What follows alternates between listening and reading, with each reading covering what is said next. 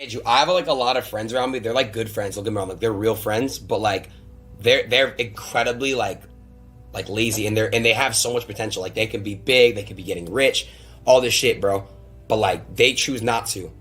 So, but it's really hard because I love them. They're my friends, and I came up with these guys, and they're so entertaining. I love them.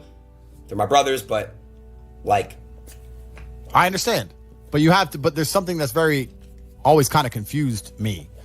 When I tell people that you are the sum of the 5 people you spend the most time with, everyone agrees. They go, yeah, that's probably true.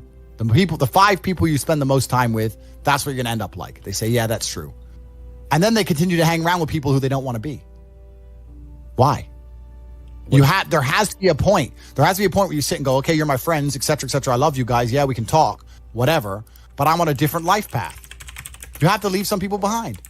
You wouldn't want to be, if you were to come hang out with me and you were in a room with me and my 5 friends, you'd feel self-conscious. You're right. You don't feel self-conscious with your friends. Because you only surround yourself around people that are on like your level of like. I'm with killers. We're fucking monsters. If you were to come hang around with me and my crew, you would be self-conscious. And that self-consciousness would motivate you, or they would certainly instill the discipline required for you to change. You don't feel self-conscious amongst your peers. That's why you don't change. If you were to get in a room and you're the only person who ain't a fucking monster, you'd want to become a monster. That's life. That's humanity. So I say this to people all the time. If you know you're the sum of the 5 people you hang around with, why you hang around with people you don't want to be? Nah, it's true, bro. I'm gonna tell you why, right? I was do you know who I Show Speed is? No. He's this other creator that's like obviously like in my space. I was staying with him in September, and like I would literally like be on my shit like every day, like grinding, like at what I'm grinding, right? And like when he left, I had like no one around me to basically like kind of like on my so it shows. I get it. Yeah.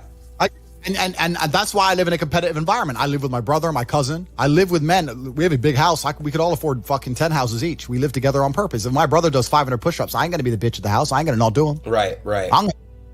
So that's another reason the war room exists. My organization, the reason it's so competitive is the reason we kick people out. You have to fight to keep. Even if they pay, you're like, I don't give a fuck. Get out. Like, I don't give a fuck. Get out.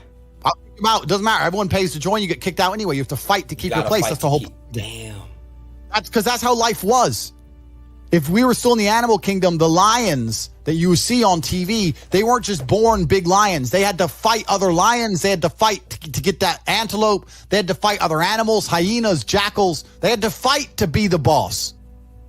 We're living in a comfortable world now where people think, oh, it doesn't matter. It doesn't matter. But you know what?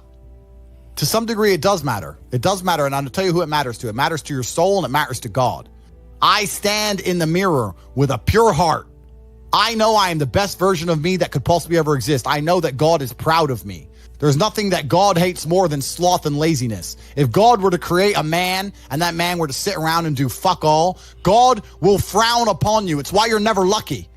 If you're listening to this and you think I'm never lucky, I'll tell you why, because God dislikes you because you're fucking lazy. Start to work. Start to show God the beauty of his own creations. You'd be amazed how lucky you'll become. Wow. God is unhappy with these people.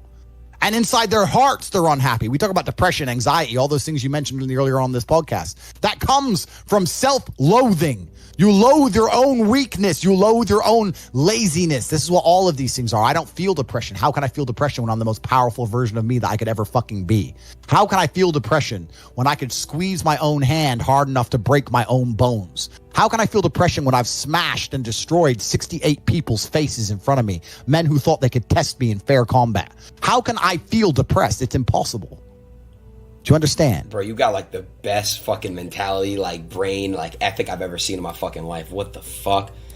Everything you're saying is just like that you've said is literally facts. I agree with like 100% of everything.